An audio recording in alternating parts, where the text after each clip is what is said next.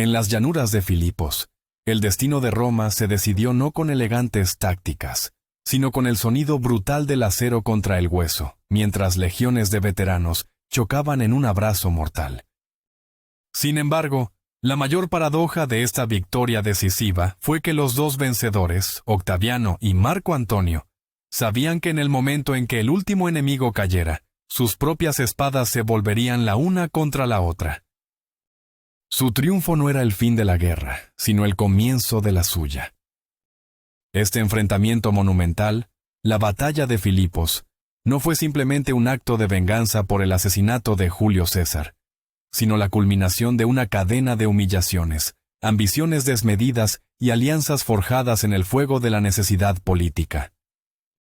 Para entender cómo estos dos futuros adversarios llegaron a luchar codo con codo en Macedonia, es necesario retroceder a los días embriagadores y peligrosos que siguieron a las primeras victorias del joven heredero de César, un tiempo en que el mundo parecía a sus pies, justo antes de que la realidad de la política romana le asestara su primer y más amargo golpe. Todo había comenzado con una sensación de euforia casi divina. Tras las brillantes y estratégicas victorias en las batallas del Foro de los Galos y de Mutina, el joven Octaviano, con apenas 19 años, se sentía en la cima del mundo. Era fácil entender por qué.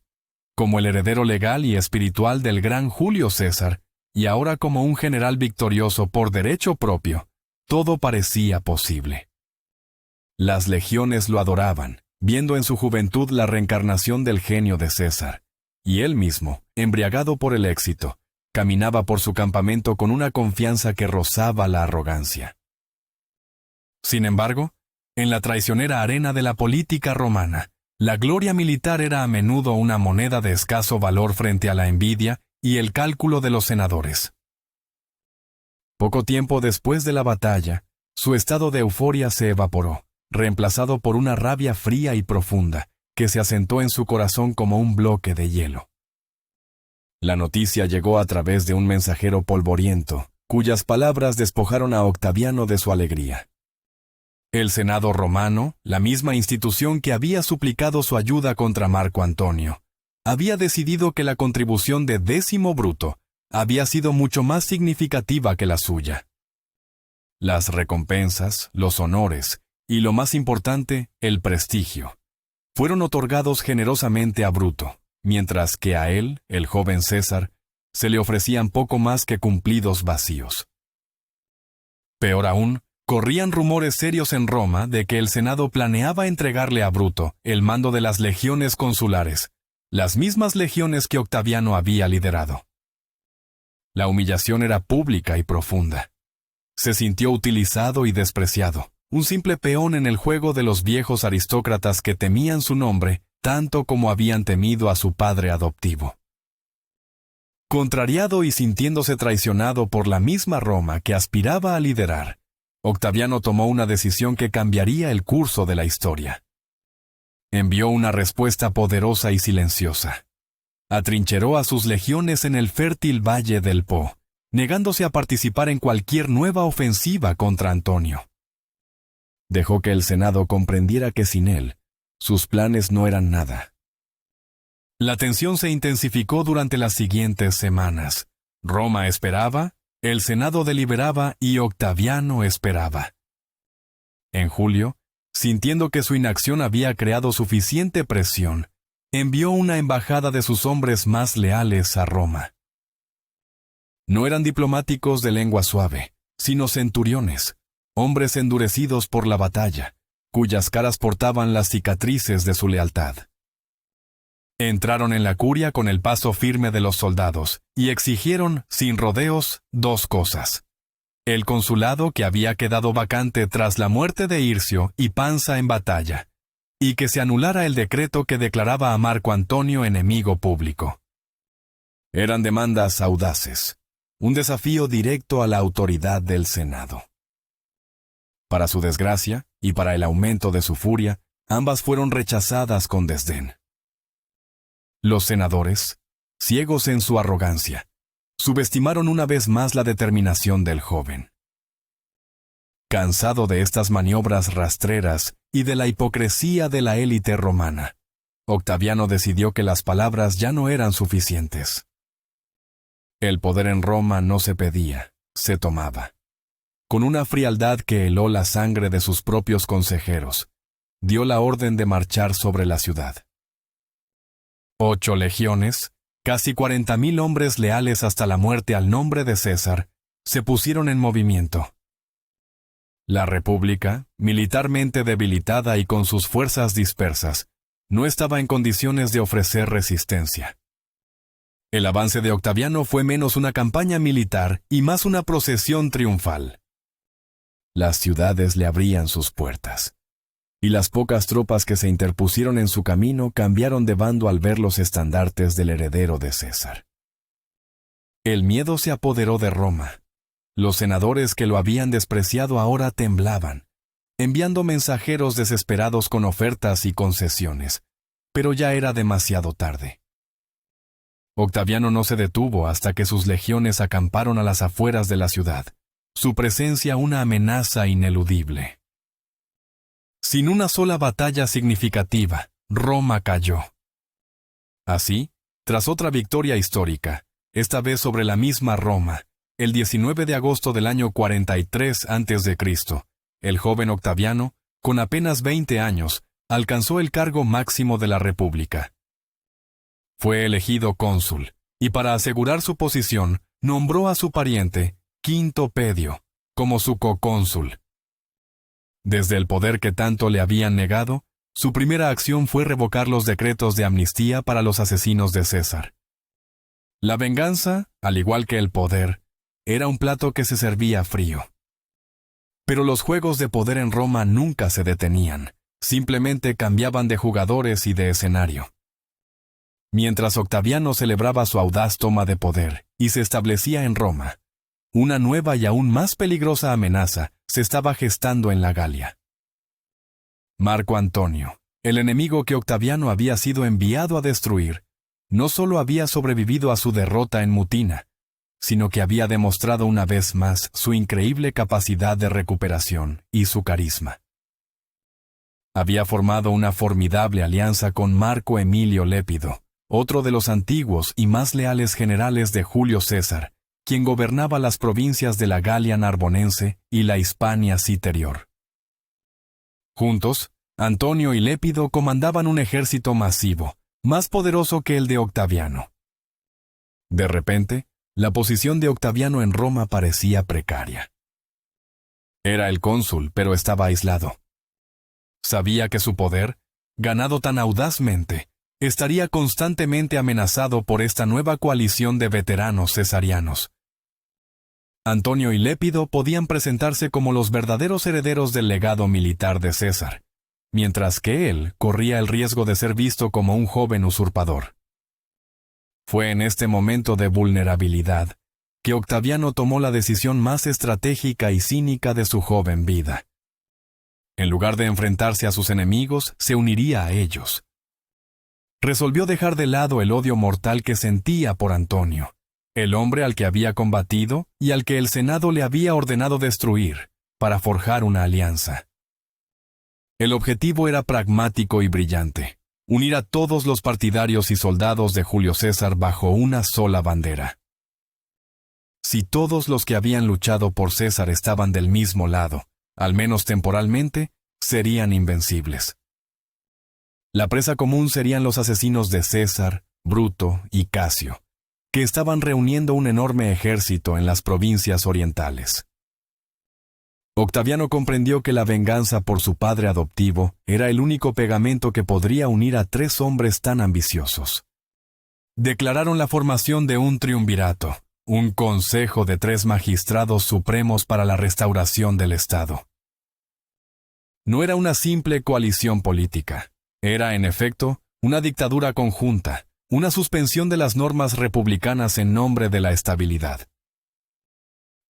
Después de que todo fuera acordado en una tensa reunión cerca de Bolonia, en octubre del 43 a.C., sobre una pequeña isla en medio de un río para garantizar que ninguno pudiera tender una emboscada, Octaviano, Antonio y Lépido formaron oficialmente el Segundo Triunvirato. Sus poderes absolutos fueron ratificados por un Senado aterrorizado el 27 de noviembre de ese mismo año, a través de una ley, la Lex Titia. A diferencia del primer triunvirato no oficial de César, Pompeyo y Craso, esta atribución explícita de poderes especiales, con una duración de 5 años, era completamente legal, una dictadura sancionada por la ley que ellos mismos habían impuesto. Su primer acto como gobernantes supremos de Roma fue uno de los más oscuros de la historia romana. Iniciaron las proscripciones. Las listas fueron redactadas en el frío silencio de una tienda de campaña, con los 3 hombres sentados alrededor de una mesa, negociando vidas como si fueran simples piezas en un tablero de juego. Se dice que cada uno sacrificó a un amigo o pariente para demostrar su compromiso con el pacto sangriento. Antonio exigió la cabeza de Cicerón, el gran orador que lo había denunciado en sus Filípicas. Lépido entregó a su propio hermano.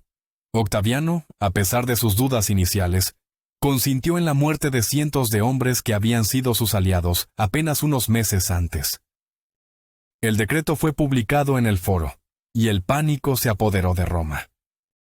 Entre 130 y 300 senadores y otras 2.000 autoridades de la clase ecuestre fueron marcados como bandidos, traidores y enemigos de la República. Sus nombres, escritos en tinta negra sobre papiro blanco, eran sentencias de muerte. Ser proscrito significaba que cualquier ciudadano podía cazarlos y matarlos sin temor a represalias, y de hecho era incentivado a hacerlo. Sus propiedades eran confiscadas por el triunvirato, y una parte de la riqueza se ofrecía como recompensa a quien presentara la cabeza decapitada de un proscrito ante las autoridades. Roma se convirtió en un coto de caza. Los cazarrecompensas, los acreedores y los enemigos personales se aprovecharon del caos.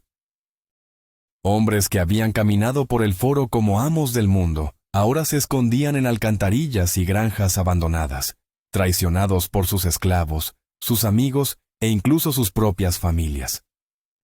Algunos de los proscritos lograron escapar al extranjero, buscando refugio con Bruto y Casio en el este o con Sexto Pompeyo en Sicilia. Pero cientos murieron en ese período sombrío.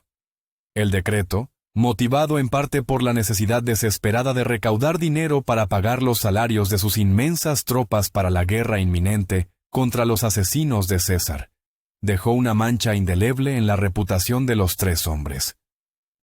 Después, cuando la carnicería terminó, cada uno de los miembros del Segundo Triunvirato intentó culpar a los otros. Sin embargo, muchos en Roma quedaron conmocionados por el hecho de que el joven Octaviano, a quien algunos todavía veían como un muchacho, tuviera tantos enemigos que quisiera matar.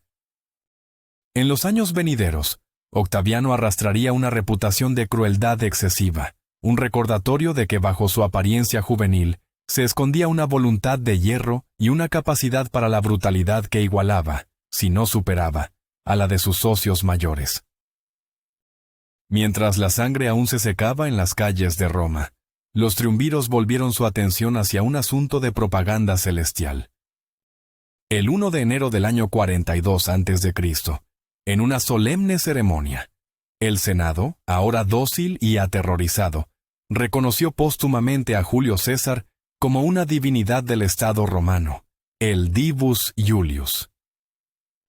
Era la consagración máxima para el ambicioso César, quien en la muerte había alcanzado el estatus de Dios, con el derecho a ser adorado para siempre. Pero quien más se benefició de este acto fue su heredero.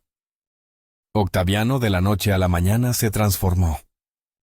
Ya no era solo el hijo adoptivo de un gran hombre, era el hijo de un dios, Divi Filius. Esta distinción le otorgó una ventaja propagandística inmensa, ganándose la buena voluntad y la admiración de muchas personas influyentes en la sociedad romana, y lo que es más importante, cimentando la lealtad de los soldados comunes, para quienes luchar por el hijo de un dios era un deber sagrado. Con su poder consolidado en Roma y su estatus divinamente sancionado, Era hora de volver a la guerra. Muchos de los asesinos de César, los autoproclamados libertadores, seguían libres y habían construido una formidable base de poder en Grecia y las provincias orientales. Marco Junio Bruto y Cayo Casio Longino habían reunido 19 legiones, un ejército masivo financiado con los impuestos de las ricas tierras de Asia Menor. Estaban listos para la confrontación final. Para enfrentarlos, Marco Antonio y Octaviano prepararon sus propias fuerzas. Enviaron un total de 28 legiones, la mayor fuerza militar romana jamás reunida, a través del mar Adriático para enfrentarse a los ejércitos de Bruto y Casio. En octubre del año 42 a.C., los dos ejércitos colosales finalmente se aproximaron cerca de Filipos, una ciudad estratégica en Macedonia, situada a lo largo de la Vía Egnatia, la gran calzada que conectaba Oriente y Occidente. El escenario para la batalla decisiva de la guerra civil estaba preparado. El ejército de Bruto y Casio llegó primero, desde el sureste, y eligió su terreno con maestría. Ocuparon dos pequeñas colinas al oeste de Filipos, estableciendo dos campamentos fortificados que les daban una posición defensiva casi inexpugnable. Poco después, Marco Antonio y Octaviano llegaron desde el oeste, sus corazones ardiendo con el deseo de vengar el asesinato de César. La atmósfera estaba cargada de una tensión palpable. Cientos de miles de los mejores soldados de Roma estaban a punto de enfrentarse en una lucha fratricida. Todos querían luchar, pero curiosamente, el primer gran desafío que las tropas enfrentaron no fue bélico, sino logístico. Bruto y Casio habían establecido su base de abastecimiento en Neápolis, en la costa, lo que obligaba a sus convoyes a cruzar un difícil terreno montañoso para llevar comida al campamento. Sin embargo, la situación de Octaviano y Marco Antonio era aún peor. Su base de suministros estaba en Anfípolis, mucho más distante, y con el control naval de Bruto y Casio sobre el Adriático, su línea de suministro desde Italia era precaria y vulnerable. El tiempo jugaba en contra de los triunviros. Si no podían forzar una batalla rápidamente, el hambre podría derrotarlos antes que las espadas enemigas. Marco Antonio, un general impaciente y audaz, intentó romper el punto muerto. Su plan era audaz: construir una calzada elevada a través de los pantanos que se extendían al sur de la posición de Casio. Si tenía éxito, podría flanquear a los republicanos y cortar su línea de comunicación con Neápolis. Era una obra de ingeniería masiva, llevada a cabo en secreto bajo el manto de la oscuridad. Pero Casio, un comandante vigilante, descubrió la maniobra. En respuesta, ordenó a sus hombres que construyeran una presa transversal para interceptar el avance de Antonio. Mientras una parte significativa del ejército de Casio estaba ocupada en este trabajo de construcción, Marco Antonio vio su oportunidad. De manera inesperada y con una ferocidad arrolladora, ordenó a sus hombres que atacaran directamente el campamento de Casio. La sorpresa fue total. Las legiones de Antonio, gritando su furia, cruzaron las fortificaciones y sembraron el caos en el campamento. En medio del polvo y la confusión, Casio, viendo su campamento invadido y a sus hombres huyendo, creyó que todo estaba perdido. Desesperado, se retiró a su tienda y ordenó a su liberto, Píndaro, que lo matara. Cometió un suicidio trágico, sin saber que, en ese mismo momento, en el otro flanco, Bruto estaba logrando una victoria aplastante. El ejército de Bruto había cargado contra las legiones de Octaviano, que estaban debilitadas por la enfermedad de su comandante, y las habían hecho retroceder, capturando su campamento. En un giro irónico y sangriento, ambos bandos habían obtenido una victoria y sufrido una derrota. La primera batalla de Filipos terminó en un empate técnico, pero en una devastadora pérdida moral para los republicanos. Bruto lamentó profundamente la muerte de su amigo y compañero, llamándolo con amargura el último de los romanos. Sin embargo, temiendo el efecto negativo que tendría en la moral de sus tropas, Evitó un funeral público y envió el cuerpo de Casio a la isla de Tasos para su entierro. El saqueo prematuro y la búsqueda de tesoros por parte de las fuerzas de Bruto en el campamento capturado de Octaviano permitieron que las desorganizadas tropas de este último se reagruparan y reformaran su línea. La oportunidad de una victoria total se había escapado. Las siguientes 3 semanas fueron un tenso juego de ajedrez estratégico. Antonio, aprovechando la iniciativa, comenzó a avanzar lentamente sus fuerzas al sur del ejército de Bruto, fortificando una colina cerca del antiguo campamento de Casio, que Bruto había dejado inexplicablemente desprotegido. Para evitar ser flanqueado y rodeado, Bruto se vio obligado a extender su propia línea hacia el sur y luego hacia el este, construyendo una serie de puestos fortificados paralelos a la vía Egnatia. A pesar de que todavía mantenía el terreno elevado, su posición se estaba volviendo cada vez más precaria. Su plan original había sido evitar un enfrentamiento abierto, usar su superioridad naval para cortar las líneas de suministro de los triunviros y desgastarlos hasta que el hambre los obligara a retirarse. Era una estrategia sólida y prudente, la que Casio había defendido, pero la presión sobre Bruto era inmensa. Sus oficiales, envalentonados por la victoria inicial, clamaban por una batalla decisiva, y la situación estratégica se deterioraba día a día. La realidad era que Bruto ya no tenía opción.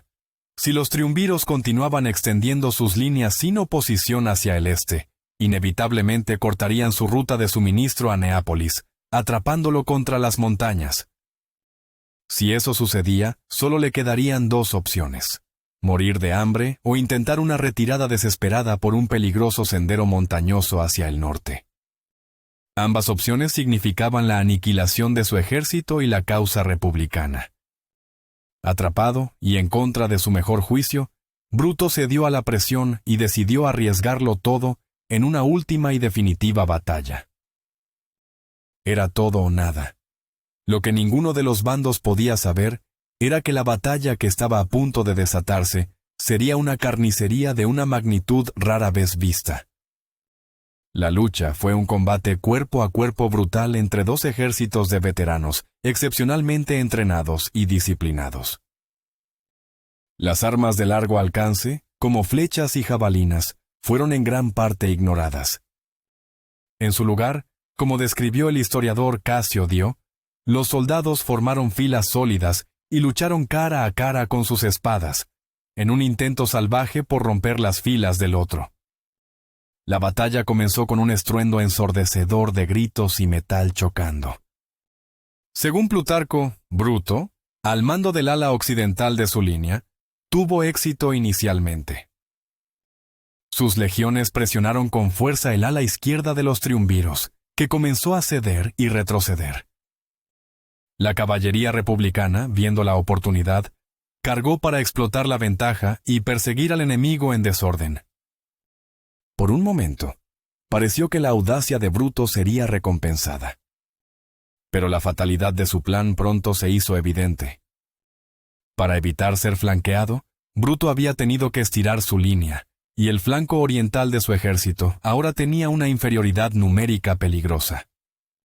Peor aún, sus legiones en el centro, estiradas al máximo, eran tan delgadas que no pudieron resistir la embestida inicial de las tropas de élite de Antonio y Octaviano.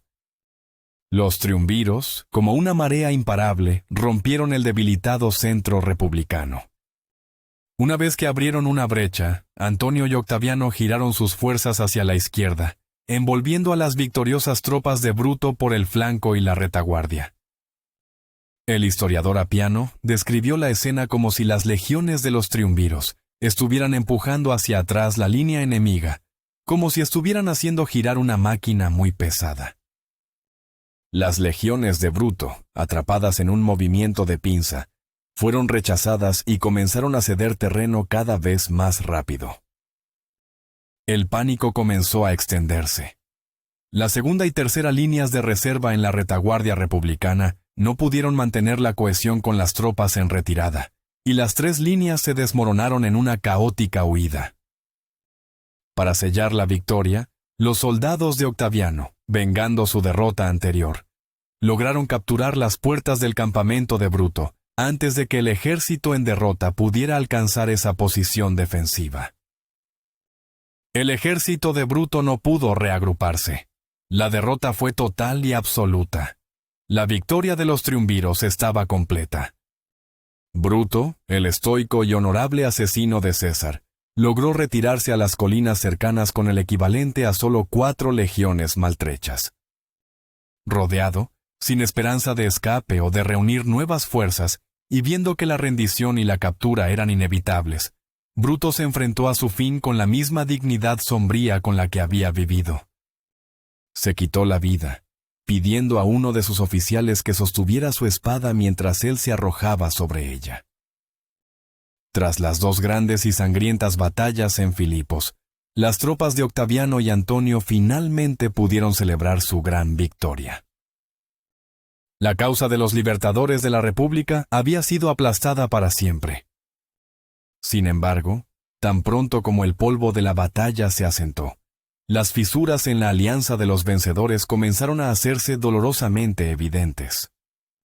Marco Antonio, en la cima de su gloria, no perdió tiempo en usar los ejemplos de estas batallas como un medio para menospreciar a su joven socio.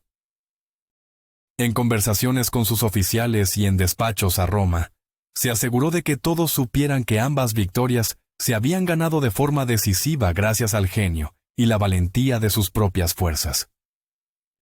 Se atribuyó la responsabilidad exclusiva del triunfo, etiquetando a Octaviano como un cobarde que había estado convenientemente enfermo durante la primera batalla y que había tenido que entregar el control militar a su lugarteniente, Marco Vipsanio Agripa. Lo peor para Octaviano era que, para los propios romanos, la mayor parte del crédito de este triunfo era, de hecho, para Antonio. Muchos en Roma y en el ejército veían a Antonio no solo como un gran líder militar, sino también como un hombre honorable y digno, especialmente por la forma en que trató a los aristócratas capturados y los restos mortales de los derrotados con el debido respeto.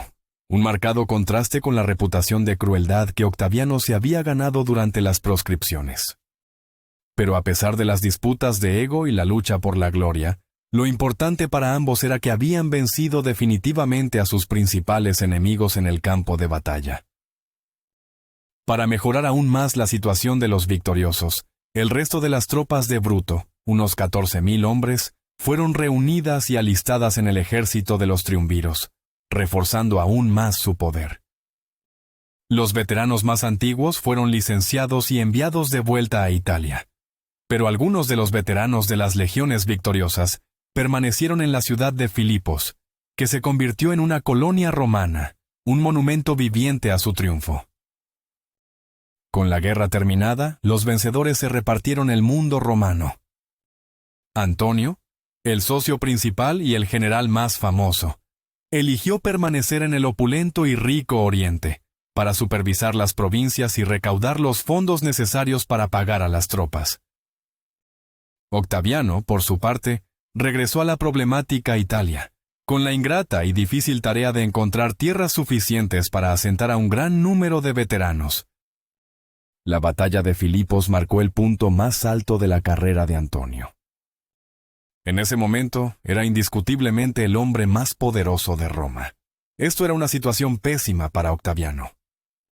Después de todos esos años de conflictos, humillaciones y batallas, él se consideraba el único hombre digno de liderar Roma.